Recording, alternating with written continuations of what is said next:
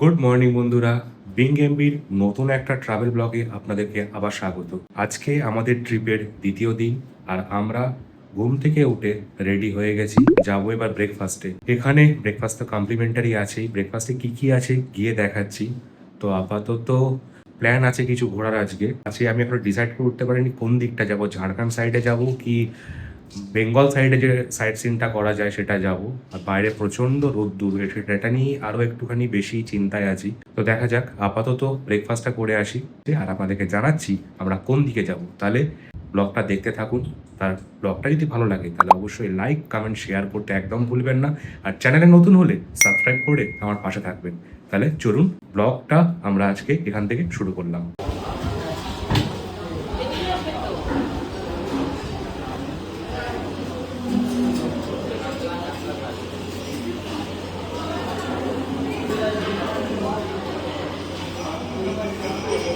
Breakfast করে just রুমে এলাম।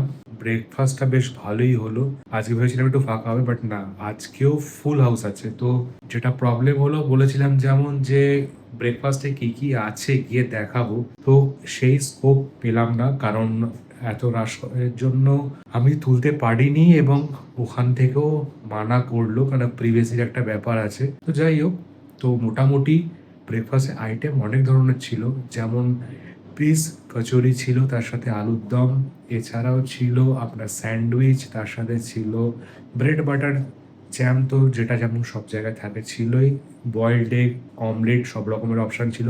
ফ্রুটসের মধ্যে গ্রেপস ছিল, পাইনাপেল ছিল, আর আপনার ওয়াটারমেলন তো ছিলই। এছাড়াও 2-3 রকমের জুস ছিল, আর ব্ল্যাক টি আপনার ছিল, কফি ছিল। তো মোটামুটি এগুলোই ছিল। আচ্ছা, মিষ্টি ছিল। এখানকার মিষ্টিগুলো বেশ ভালো খেতে, এনারা এখানেই তৈরি করেন, এদের কিচেনেই তৈরি হয়। তো আমি শ্যুট করতে যাচ্ছিলাম, তো ওনারা মানা করলেন, বললেন এখনো, যেহেতু অন্য টাইমে এলে কোনো প্রবলেম ছিল না, বাট এখন যেহেতু একটুখানি ভিড় আছে, প্রচুর রাশ আছে, তো ওনারা একটু রিকোয়েস্ট করলেন যাতে আমি ব্লগ শ্যুট না করি। তো ঠিক আছে, এটাও আমার দেখা উচিত, প্রিভিয়াসি ব্যাপারটা একটু দেখা উচিত, তো আমি করলাম না। তো মোটামুটি বলে দিলাম এই ছিল।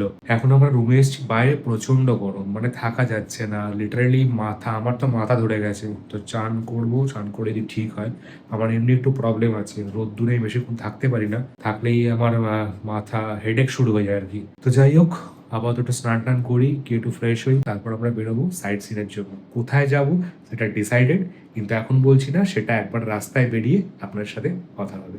তাহলে সাথে থাকুন, ব্লগটা দেখতে থাকুন।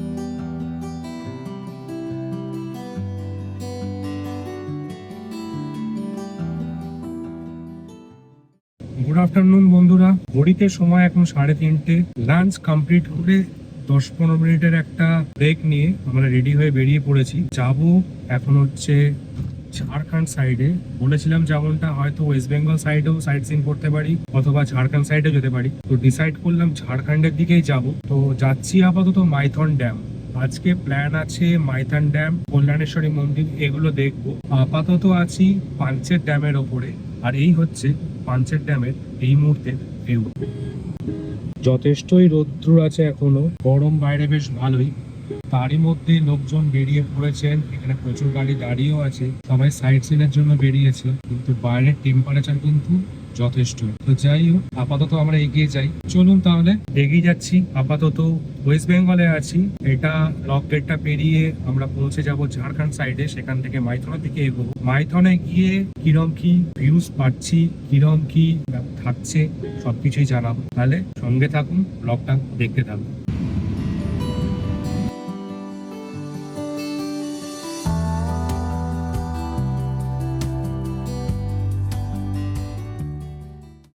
আমরা পেরোচ্ছি এখন কুমারডুবি।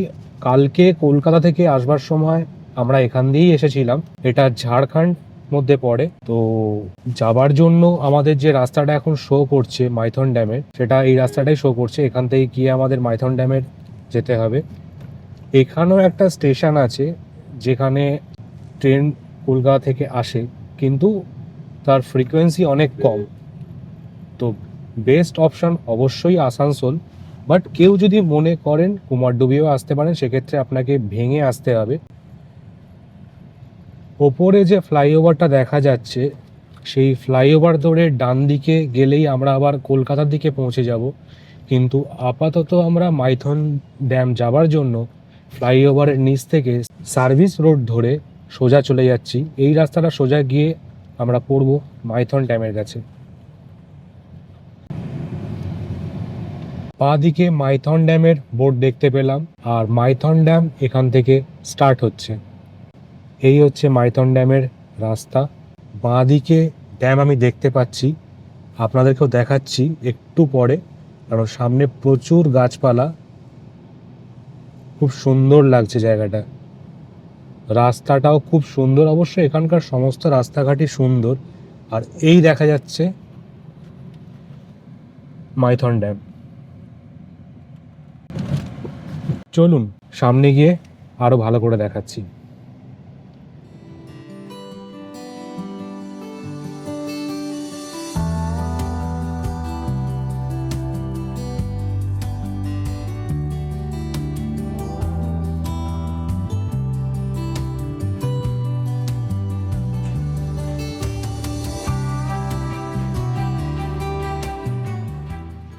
এই হচ্ছে বোটের রেট চার্ট। মোটামুটি 400 টাকা থেকে শুরু, 3000 টাকা অবধি আছে। বাট আমাদের যেহেতু আমরা দুজন আছি, আমাদের জন্য রেটটা অনেকটাই বেশি।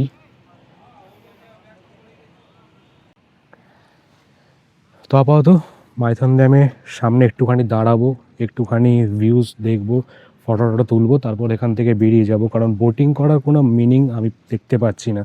কারণ আমি যেটা করতে চাইছিলাম, সবুজ দ্বীপে যেতে চাইছিলাম, সেটা করতে গেলে মোটামুটি 1500 টাকা খরচা আছে। আর দুজনের জন্য 1500 টাকা খরচা করাটা আমার কাছে একটু এক্সপেন্সিভই মনে হচ্ছে। তো নেক্সট টাইম যদি কখনো পসিবল হয়, সাথে আরও কেউ থাকে, তাহলে অবশ্যই করার চেষ্টা করব। বাট আজকে আপাতত এখান থেকেই আপনাদের ভিউটা দেখালাম, দেখে নিন।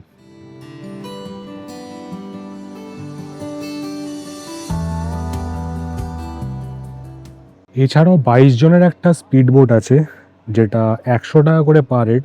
কিন্তু প্রবলেমটা হচ্ছে যতক্ষণ না পুরো বোট ভর্তি হবে ততক্ষণ অবধি বোট ছাড়বে না। তো এই মুহূর্তে এতটাও রাশ নেই যে 22 জন ভর্তি হবে ততক্ষণ অবধি ওয়েট করা। যাই হোক, এখান থেকে আপাতত আমরা একটুখানি ভিউজগুলো দেখিয়ে একটু মাইথন ড্যামটা এনজয় করে বেরিয়ে যাব।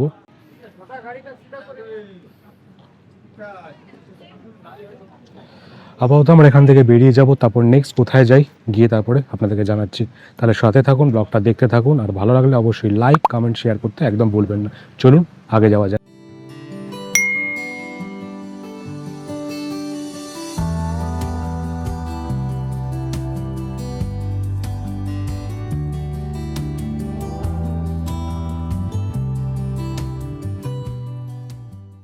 মাইথন ড্যাম থেকে বেরিয়ে আমরা লক গেটের ওপর দিয়ে রাস্তাটা ক্রস করে এখন যাচ্ছি। মাইথন ড্যামটা বেশ সুন্দর ছিল, প্রচুর লোকজন ড্যামের ওপর, বাট হয়তো ফেরবার সময় একটু দাঁড়াবো।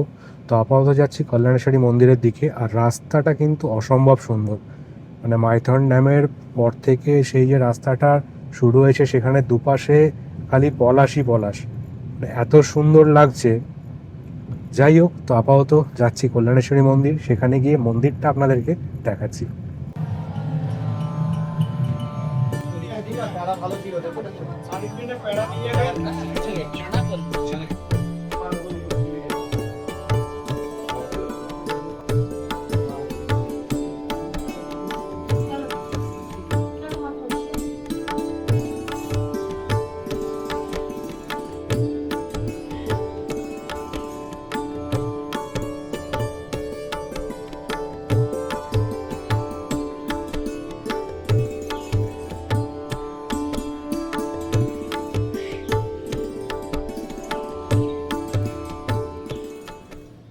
কল্যাণেশ্বরী মন্দির দেখা আমাদের হয়ে গেল।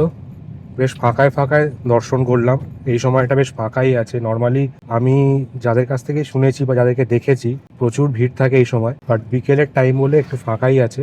তো যাই হোক, ভালোই ভালোই দর্শন হলো। তো আমরা যেমনটা দেখতেই পাচ্ছেন, আজকে নিজের গাড়ি নিয়ে বেরোয়নি। প্রতিবার যেটা করি আমি, বিশেষ করে এটা আমি আরও করি এই কারণে, যাতে যারা এখানে এসে মনে করছেন গাড়ি নেবেন, প্রাইভেট কার হায়ার করে সাইট সিন করবেন, তাদের ইনফরমেশন দেওয়ার জন্য আমি একটা ক্যাব হায়ার করি।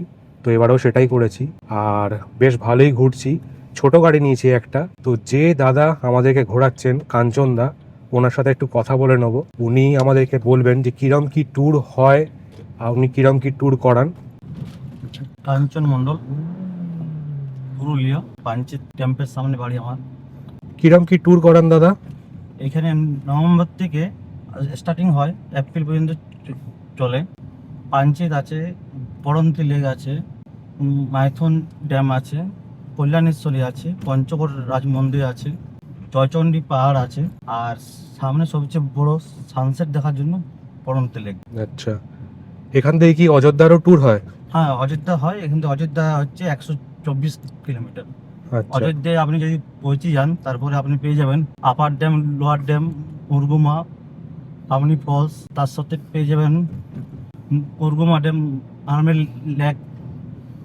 তো মোট কথা হলো এখান থেকে অযোধ্যারও ট্যুর করা যাবে। হ্যাঁ। এছাড়া তো বরন্তি সাইড যাওয়াই যাবে। হ্যাঁ, আচ্ছা, আর এখানে করলে গড় পঞ্চকোট, পঞ্চরত্ন মন্দির, হ্যাঁ। জয়চণ্ডী পাহাড়, কল্যাণেশ্বরী মন্দির, মাইথন ড্যাম, এগুলো ট্যুর হয়ে যাবে। হ্যাঁ।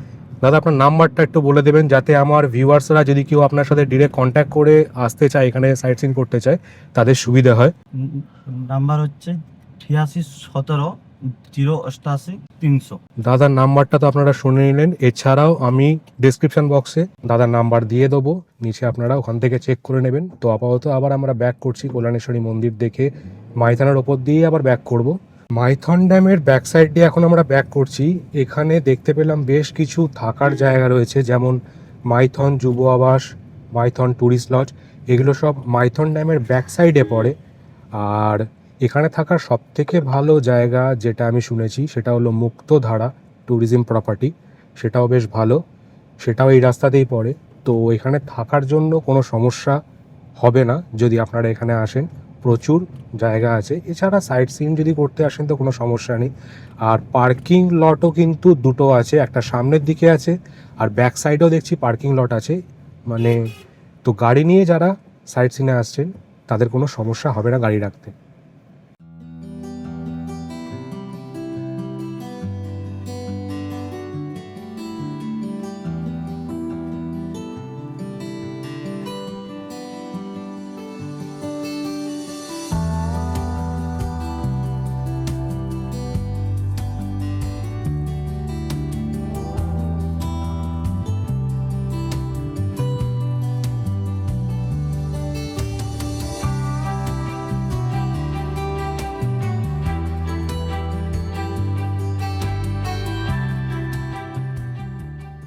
Good morning. আজকে আমাদের ট্রিপের শেষ দিন।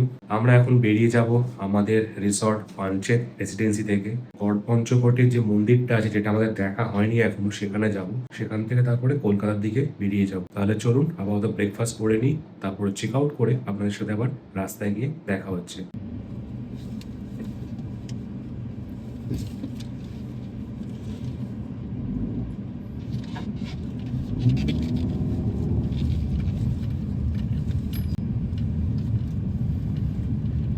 হোটেল থেকে জাস্ট চেক আউট করলাম, করে বেরিয়ে গেছি। এখন যাচ্ছি পঞ্চকোট পাহাড়ের দিকে, ওই পঞ্চরত্ন মন্দির যেখানে, সেটা দেখতে। স্টেটা খুব ভালোই ছিল। সকালে একটাই প্রবলেম যেটা আমি ফেস করলাম, সেটা হচ্ছে ব্রেকফাস্টটা এদের অনেক দেরিতে বলে আমাদের বেরোতে অনেক লেট হয়ে গেল। নাহলে আমরা অনেকক্ষণ আগেই রেডি হয়ে গেছিলাম, বাট ব্রেকফাস্ট ওদের রেডি হয়নি বলে একটু টাইম লেগে গেল। ঠিক আছে, খুব বেশিও দেরি হয়নি, আর আমাদের ডিস্টেন্সও খুব বেশি নয়। তো চলুন আপাতত সামনে দিকে যাই, রাস্তা কিরম কি আছে জানাচ্ছি, আর আপনারাও দেখতে থাকুন।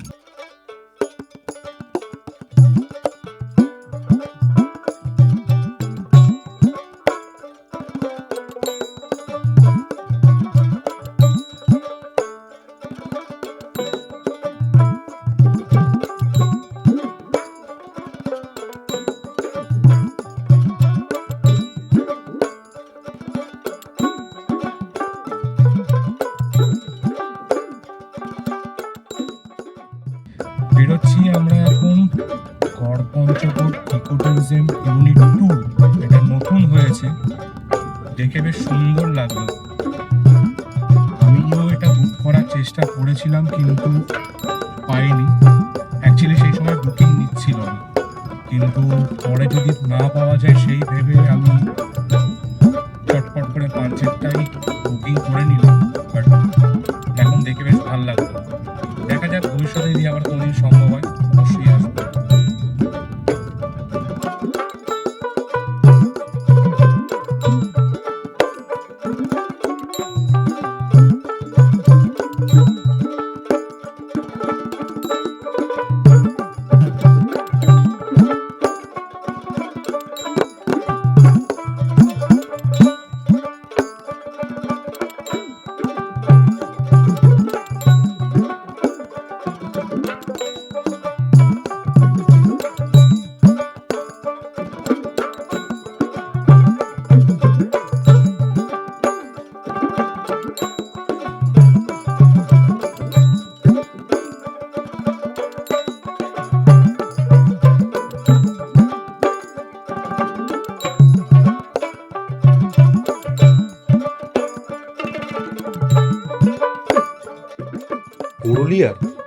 পাঞ্চেত পাহাড়ের পাদদেশে প্রকৃতির নিস্তব্ধতার মাঝে লুকিয়ে আছে ইতিহাসের এক বিস্ময়, গড়পঞ্চকোট।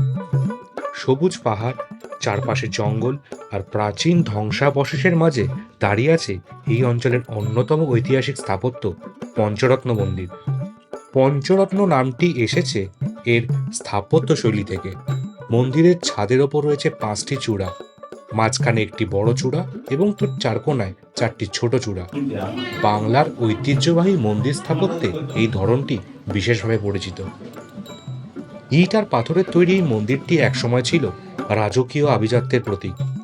ধারণা করা হয় কয়েকশো বছর আগে পঞ্চকোট রাজবংশের সময় এই মন্দির নির্মিত হয়েছিল। তখন এই পুরো অঞ্চল ছিল পঞ্চকোট রাজাদের সমৃদ্ধ রাজ্য। রাজবাড়ি, মন্দির, দুর্গ আর বসতি এই নিয়েই গড়ে উঠেছিল এক সমৃদ্ধ নগরী। কিন্তু ইতিহাসের নির্মম আঘাতে এই সমৃদ্ধ রাজ্যের অনেকটাই আজ ধ্বংসাবশেষে পরিণত হয়েছে। 1769 সালের মারাঠা আক্রমণের সময় এই অঞ্চল ব্যাপকভাবে ক্ষতিগ্রস্ত হয়।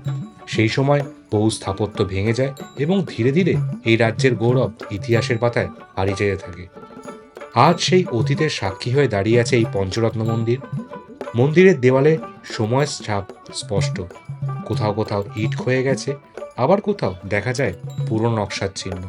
তবু এই ভগ্ন সৌন্দর্যের মধ্যেই রয়েছে এক অনন্য রকম আকর্ষণ। চারপাশে পাহাড়ের মনোরম দৃশ্য, পাখির ডাক আর নিস্তব্ধ পরিবেশ সব মিলিয়ে গড়পঞ্চকোট যেন ইতিহাস আর প্রকৃতির এক অনন্য মেলবন্ধন। এখানে এসে মনে হয় যেন সময় কয়েকশো বছর পিছিয়ে গেছে। এই জায়গাটি শুধু ইতিহাস প্রেমীদের জন্য নয়, বরং ফটোগ্রাফার, ট্রাভেলার এবং প্রকৃতি প্রেমীদের কাছেও সমান আকর্ষণীয়। অনেকেই আজও এখানে আসেন পুরনো স্থাপত্যের সৌন্দর্য দেখতে এবং সেই হারিয়ে যাওয়া ইতিহাসের অনুভূতি পেতে।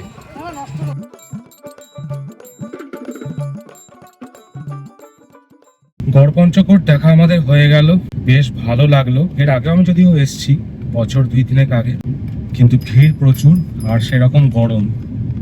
তো যাই হোক, এখান থেকে আমরা এবার বেরিয়ে যাব, এবার সোজা কলকাতার দিকেই এগোবো।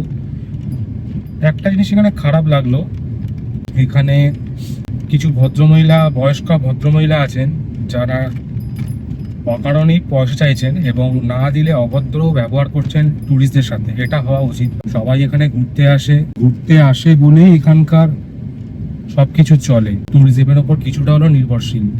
তো সেক্ষেত্রে এই জিনিসগুলো একদমই মানা যায় না। তো সেটা একটু আমার মনে হয় সরকারের দেখা উচিত। আর আরেকটা জিনিস, এখানে কিন্তু পার্কিং ফি আছে। পার্কিং ফি হচ্ছে 50 টাকা। তাহলে চলুন সামনে এগিয়ে যাই, ততক্ষণ আপনারা এখানকার প্রাকৃতিক সৌন্দর্যটা উপভোগ করুন।